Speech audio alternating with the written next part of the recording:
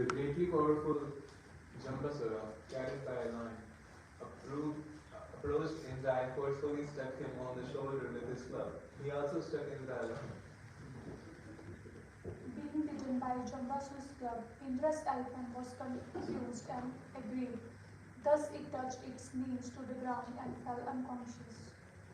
Thereafter, Madhali, Indra's chariot driver, brought Indra's chariot, which was drawn by 1,000 horses. Indra then left his elephant and brought the chariot. Text 17. Appreciating Matali's services, Jambasura, the best of demons, smiled. Nonetheless, he stuck with Hari in the battle with the trident of a blazing fire. Text 18. Although the pain was extremely severe, Matali tolerated it with great patience. Indra, however, became extremely angry at Jambasur. He struck Jambasur with his thunderbolt and thus severed his head from his body. When Nardari informed Jambasura's friends and relatives that Jambasura had been killed, the three demons named Namuchi, Bala, and Paka arrived on the battlefield in great haste.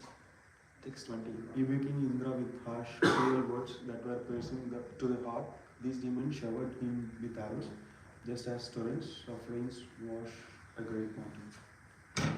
Quickly handling the situation on the battlefield, the Devan Bala put all the Indra's 1,000 horses into tribulation by simultaneously placing them with an equal number of arrows. Papa, another demon, attacked both the chariot with all his paraphernalia. The chariot driver Matali by giving 200 arrows to his bow and releasing them all simultaneously. This was indeed a wonderful act on the battlefield. Then Namuji, another demon, attacked Indra and injured him with 15 very powerful golden feather arrows, which rode like a cloud full of water. Other demons covered Indra along with the chariot and chariot driver with incessant showers of arrows such as flight balls and grenades. The demigods, being severely oppressed by their enemies and being unable to see Indra on the battlefield, were very anxious. Having no captain or leader, they began lamenting, like traders in a wrecked vessel in the midst of the ocean. Thereafter, Indra released himself from the cage of the network of arrows, appearing with his chariot flag, horses, and chariot driver, and thus placing the sky, the earth, in all directions. He shone effulgently like the sun at the end of the night. Indra was bright and beautiful in the region of heaven. When Indra, who's known as Vajradhara, the carrier of the thunderbolt, saw his own soldiers so oppressed by the enemies on the battlefield, he became very angry. Thus he took up his thunderbolt to kill the enemies. O King Christian, King Indra used his thunderbolt to cut off the heads of both Bala and Paka in the presence of all their relatives and followers. In this way, he created a very fearful atmosphere on the battlefield. O King, when Namuchi, another demon, saw the killing of both Bala and Paka, he was full of grief and lamentation. Thus he angrily made a great attempt to kill Indra. Being angry and roaring like a lion, the demon Namushi took up a steel spear, which was bound with bells and decorated with ornaments of gold. He loudly cried, "Now you are killed." Thus coming before Indra to kill him, Namushi released his weapon. Text 31. O King, when Indra, the king of heaven, saw this very powerful spear falling towards the ground like a blazing meteor,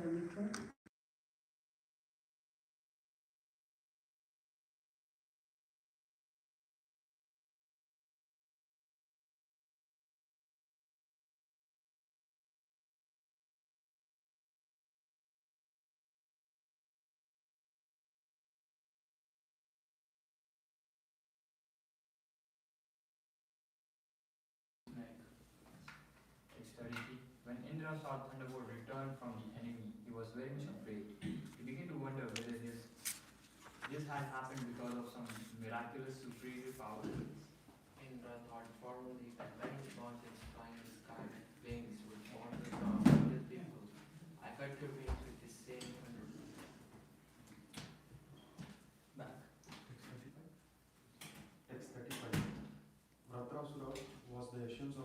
after it is undergone by Tosta.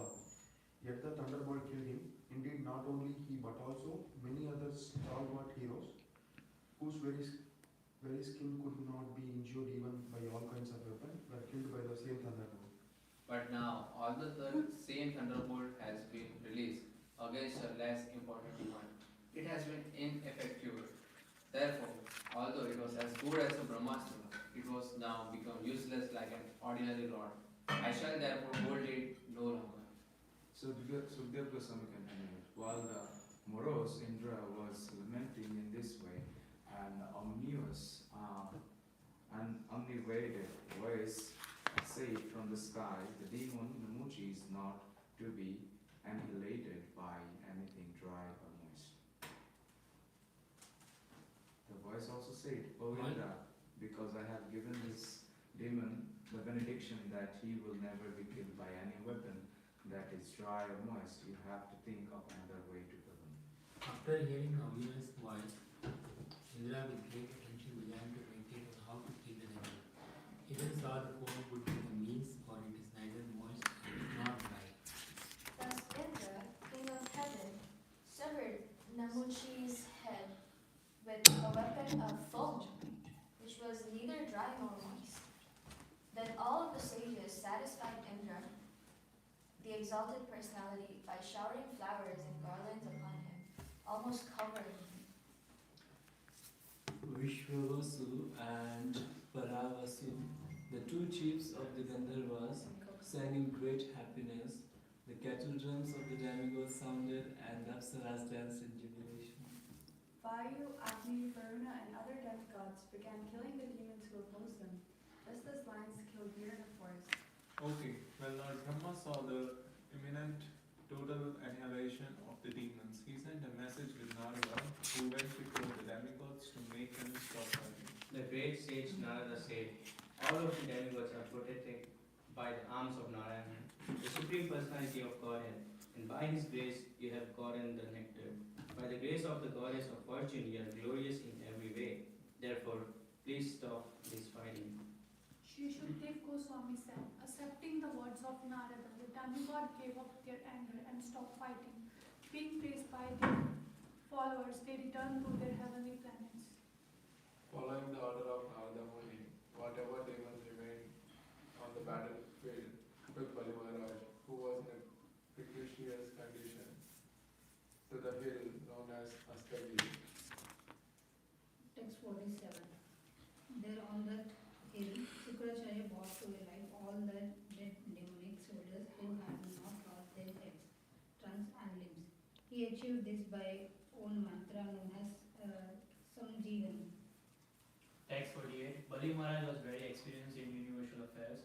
When he regained his senses and memory by the grace of Sukracharya, he could understand everything that had happened. Therefore, although he had been defeated, he did not lament. So we'll be focusing on verse 48, the last one.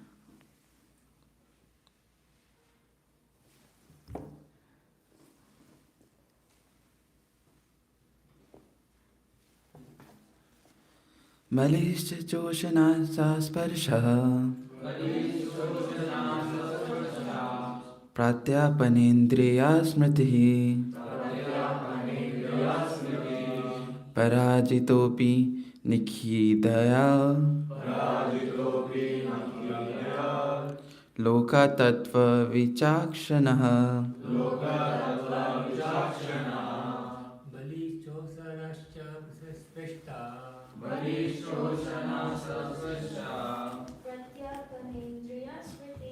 Pratyapanendriya Smriti Parajitopi Nakhilya Loka Tattva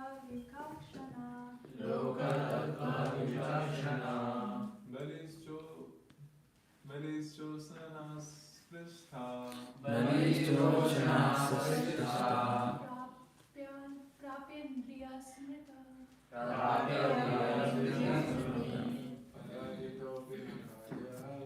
Parajitopi Nikhidaya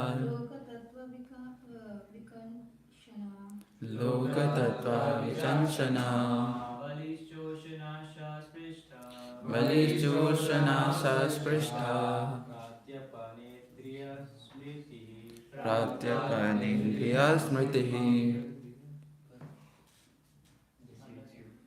पराजितोऽपि न खिल्यात् पराजितोऽपि न खिल्यात् लोकचत्वविचक्षणः बलिश्चोषणा सस्पृष्टा बलिश्चोषणा सस्पृष्टः प्रत्यपायेन्द्रियस्मृतः पराजितोऽपि न खिल्यात् लोकतत्त्वविचक्षणः. We'll go word by word. Bali, Maharaj Bali. Okay, how you wanna do it? All together. You decide. We'll keep a nice pace. All together.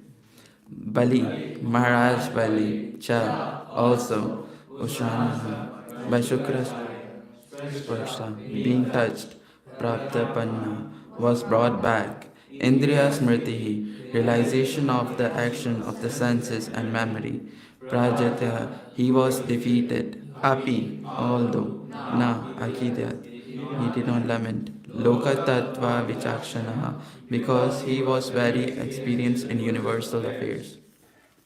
Translation altogether. Bali Maharaj was very experienced in universal affairs.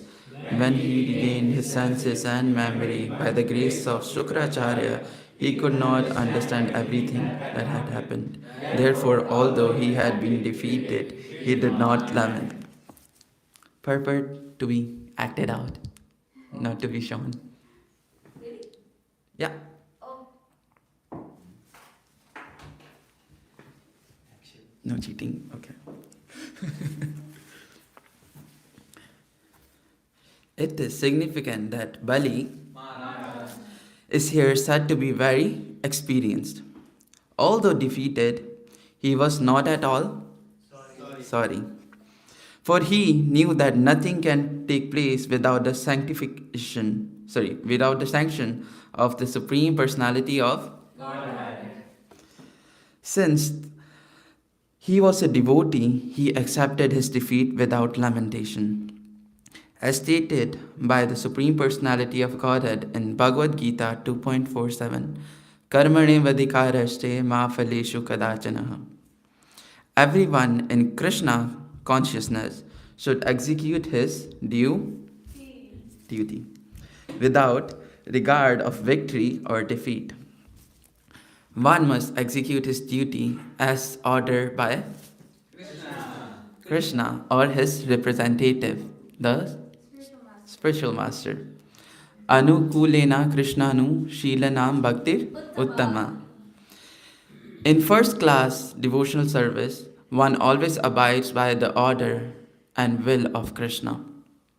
Thus ends the Bhaktivedanta purport of the 8th canto of Srimad Bhagavatam, entitled as Ing Indra, and highlights the demons.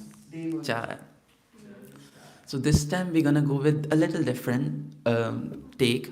I want all of you to take out your notebooks and please go through this purport and write 3 points, only 3 points, till the time I'm doing something at the blackboard. So please, sorry, on the whiteboard.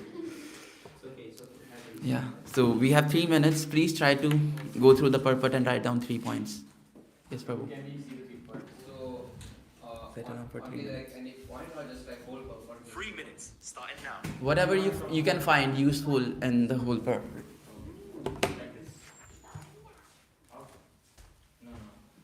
Thus ends the Bhaktivedanta purpose. Entitled King Indra. Yes, go up. Is it Control minus.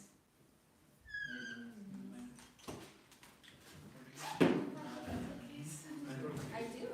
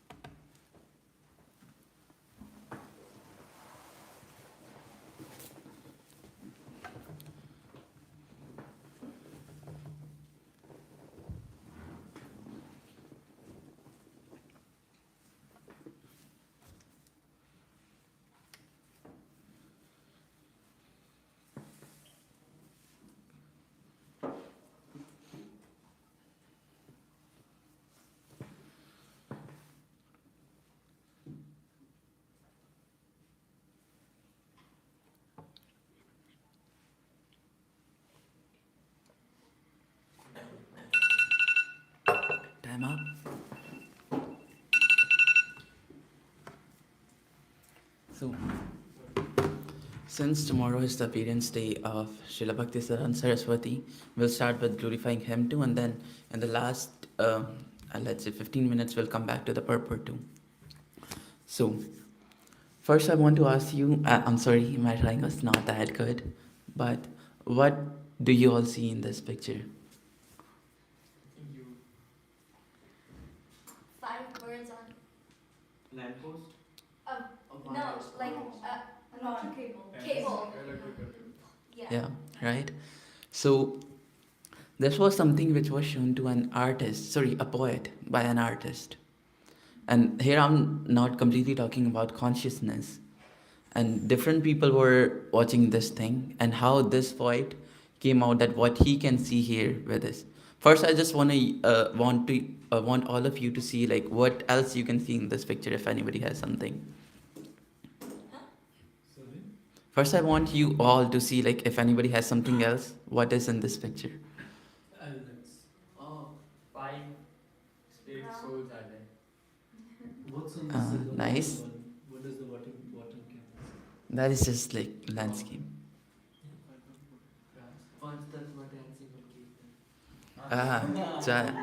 This is consciousness. Yeah.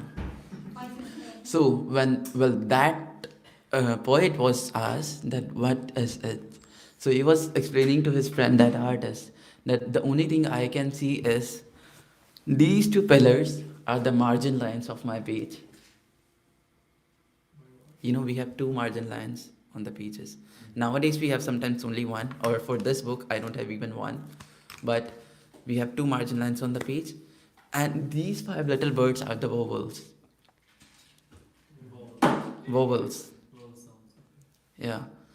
And rest, whatever is happening, is my poetry.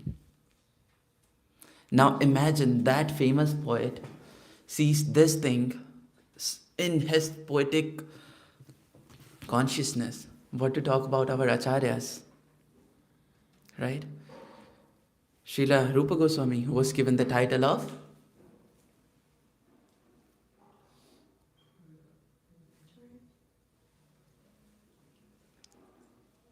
Kavi, he was also Kaviraj. But we don't say like Rupa Goswami Kaviraj, but he was given this title that he was Kaviraj. I was hearing to this lecture by Amarendra Prabhu, and he was mentioning this thing. So, now, why I showed this? Well, I wanted to talk about Bhaktisiddhanta Saraswati having similar type of communication or consciousness. So once, Srila Bhaktisiddhanta Saraswati Goswami was told by his guru. Who was his guru? Who was the guru of Srila Bhaktisiddhanta Saraswati? Monil Prabhu. We'll raise hands, okay? Yeah. So, now he was told by his guru 3 things which he must not do. Anybody knows these 3 things? One is he should never go to Calcutta. Right? Second is he should never accept any disciples. Can I say the word? Yeah. Should never build a temple. I think should never print books. Something. he should never associate with bhogis or karmis. This was the third one. Never go to Calcutta, not to accept any disciple, and not to associate with any bhogi or karmi. Right? Now, if we see Bhaktisiddhanta Saraswati Goswami Maharaj, he did literally everything. Right? Now, people went and actually asked Maharaj, well, I believe this was instructions by your Guru Maharaj. Well, actually, this was in IDC too. If you find some senior devotee or some senior Maharaj not following the principles, then the best thing to do is just go directly to him and ask, Maharaj, I don't know, my consciousness might be really impurified or something, but would you like to tell me, like, how is this happening? Why is this change happening? So Bhaktisiddhanta Saraswati gave a really wonderful idea. His consciousness, he mentioned in that thing. Well, he said, I've never been to Calcutta. He said, I went to Calcutta, but I never went to Calcutta because I went to Gaudiya Math. It is a temple. And temple itself is Vaikuntha. It's not a part of the spiritual realm. So In that way, he said, I'm following the orders of my spiritual master. I'm not going to Kolkata. I'm going to Gaudiya Math. Second was, Do not accept any disciple. yeah, do not accept any disciples. He said, oh, no, no, no, no, no, no, no, no. I'm not accepting any disciples. These are all my guru's disciples only. I'm their servant. I'm just trying to serve them. Right? And the third one, the last one, Not associated with karmis. to do not associate with karmis. Right? The main thing was like to do not get association of karmis. Well, he said, I'm not receiving association. I'm giving them my association. Sudarshan Prabhu was fortunately here, and yesterday he quoted the same thing, which I heard from his mouth, I think when we were having Nectar of Instructions classes. He said, whoever is higher in consciousness gives the instruction. And he gives the association, not the other ways around. So let's say Om Prabhu is going outside to meet his school friends. Now, he's giving them his association. He's not receiving association. This is how it is supposed to be. So he said, I never associated with them. I gave them my association. I never received anything. Right? Even if people were saying anything, Bhakti Siddhanta Saraswati had another name in ISKCON. A really famous. Anybody knows? The Lion Guru. Why is that? Because he was very bold. Bhakti Siddhanta Saraswati Goswami Maharaj was really, really bold. And sometimes you all see that some acharyas are really strict. But does that mean they're actually strict? Well, this is their mercy, to be honest.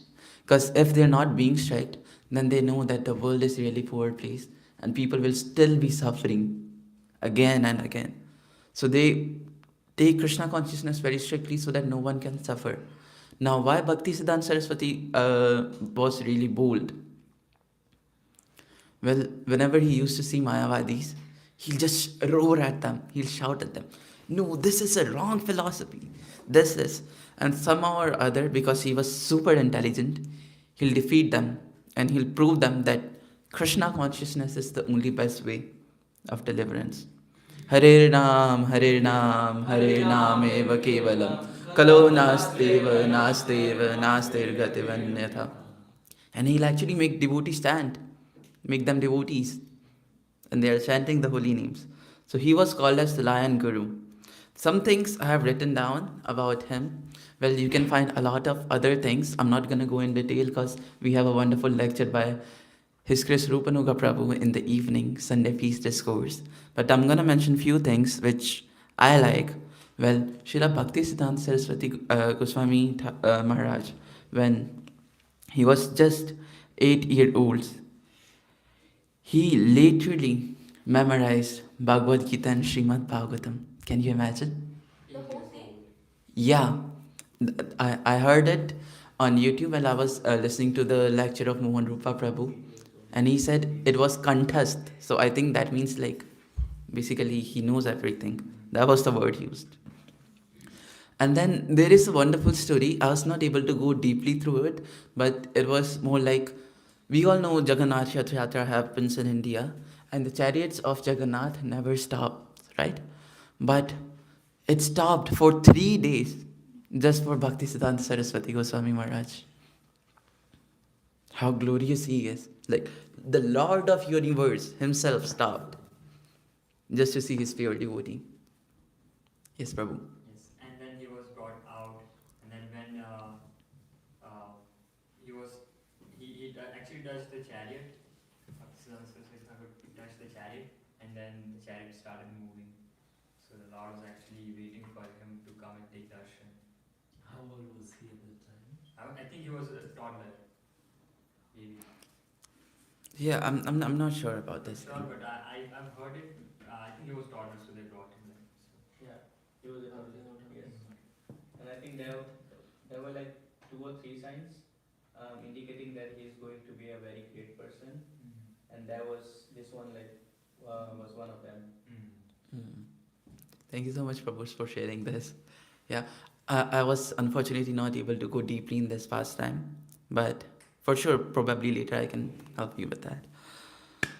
And then he was not only famous in just the devotees, but even in the whole, what do I say, politics outside the government. They were really curious about him, that who is this guy so intelligent? He knows all the scriptures. He wrote a lot of commentaries too. Like I can recall, if he wrote commentaries or manuscripts like Surya Siddhant and other scriptures. And then, because of which he was given the title of Siddhanta Saraswati, basically. But coming back to the point that he was really famous in the whole democratic world, that even Subhash Chandra Bose came himself to meet him and ask him that please do some commentaries or something like that. Well, he refused it. He was like, I'm just a servant of Krishna. I don't know whose side to take in politics or something like that. And this is one really fascinating things I found about him. He took a vow to complete n number of rounds in a certain period of time, which was 10 years. Can anybody guess how many rounds it might be? 64?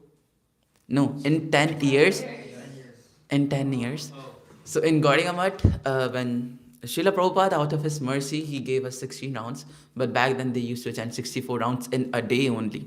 So in 10 years, Bhaktisiddhanta Saraswati, he took a vow to complete n number of rounds. I think it was like something like 108 rounds per day.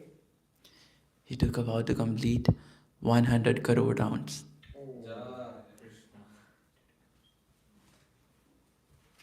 Imagine. Yeah. And what else? And while he was doing this austerity of completing 100 crore Harinam, I mean, come on. He was only eating one handful of rice in the whole day. For 10 years? For 10 years. There was, I think he continued that thing till the end of his life. He was just eating one handful of rice. Imagine this austerity now. Personally, I'm talking about myself. I'm really attached to food. I need, Nejmiya, other days she got muffins. I was like, oh yeah, I want to eat 2 or 3 muffins. Yeah, Monil Prabhu, he brought ice creams the other day. I was like, oh Krishna, it's my time. Now imagine Bhaktisiddhanta Saraswati. It's so hard to just be on rice, right?